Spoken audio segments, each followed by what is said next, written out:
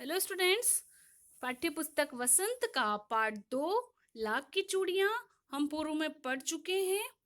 आइए अब हम देखते हैं इसके अभ्यास प्रश्न। प्रश्न संख्या 1।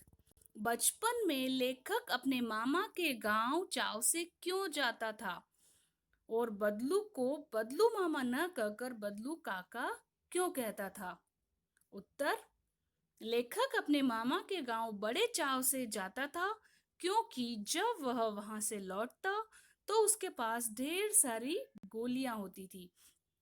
वे रंग बिरंगी गोलियां किसी भी बच्चे का मन मोह ले सकती थी।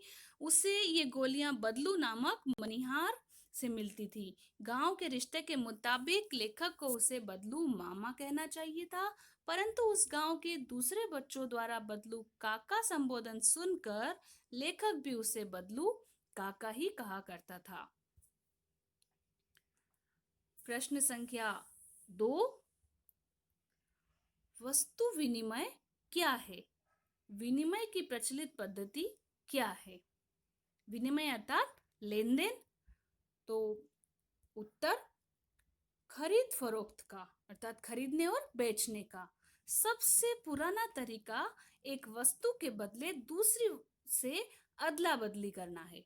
वस्तुओं के बदले में वस्तुओं के आदान प्रदान की पद्धति को ही वस्तु विनिमय कहा जाता है। जैसे कि बदलू काका की चूड़ियां लेकर लोग उसे अनाज आदि दिया करते थे। आजकल वस्तु विनिमय की जगह रुपए पैसे से क्रय विक्रय किया जाता है। प्रश्न संख्या 3। मशीनी युग ने कितने ही हाथ काट दिए हैं? इस पंक्ति में लेखक ने किस व्यथा की ओर संकेत किया है अर्थात किस दुख को बताया है? उत्तर। वर्षों बाद जब लेखक ने बदलू काका को बेरोजगार और लाचार देखा तो उसे लगा कि बदलू के अंदर कोई बहुत बड़ी व्यथा छिपी है। लेखक को महसूस हुआ कि मशीनीकरण के परिणाम स्वरूप परंपरागत काम करने वाले कलाकारी तथा कारीगरों की जिंदगी तबाह हो गई है। उनका काम धंधा चौपट हो गया है। वे पलायन के लिए मजबूर हैं। मशीनी युग ने कितने ही हाथ काट दिए हैं। पंक्ति में लेखक ने मशीनों के आ जाने से उत्पन्न हुई व्यथा की ओर ही संकेत किया है। प्रश्न संख्या 4। बदलू के मन में ऐसी कौन सी व्यथा थी जो लेखक से छिपी न रह सकी? उत्तर। बदलू काका एक कुशल मनिहार था। उसकी बनाई लाख की चूड़ियों की बहुत मांग थी।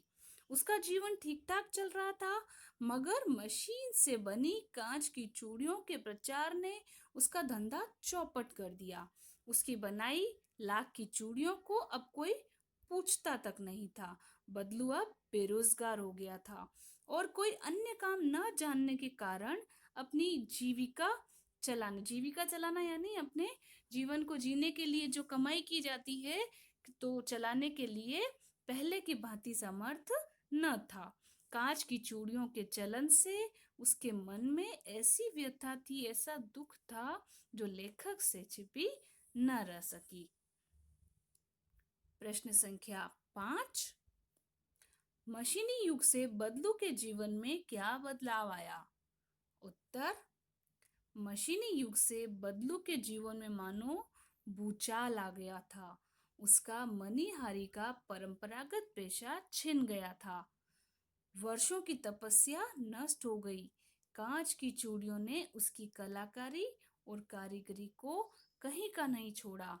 अब उसकी कलात्मक लाख की चूड़ियों को कोई पूछता नहीं था। बदलू बेरोजगार हो गया। उसे अपनी गाय बेच देनी पड़ी। हमेशा खुश रहने वाला बदलू अब दुखी रहने लगा था।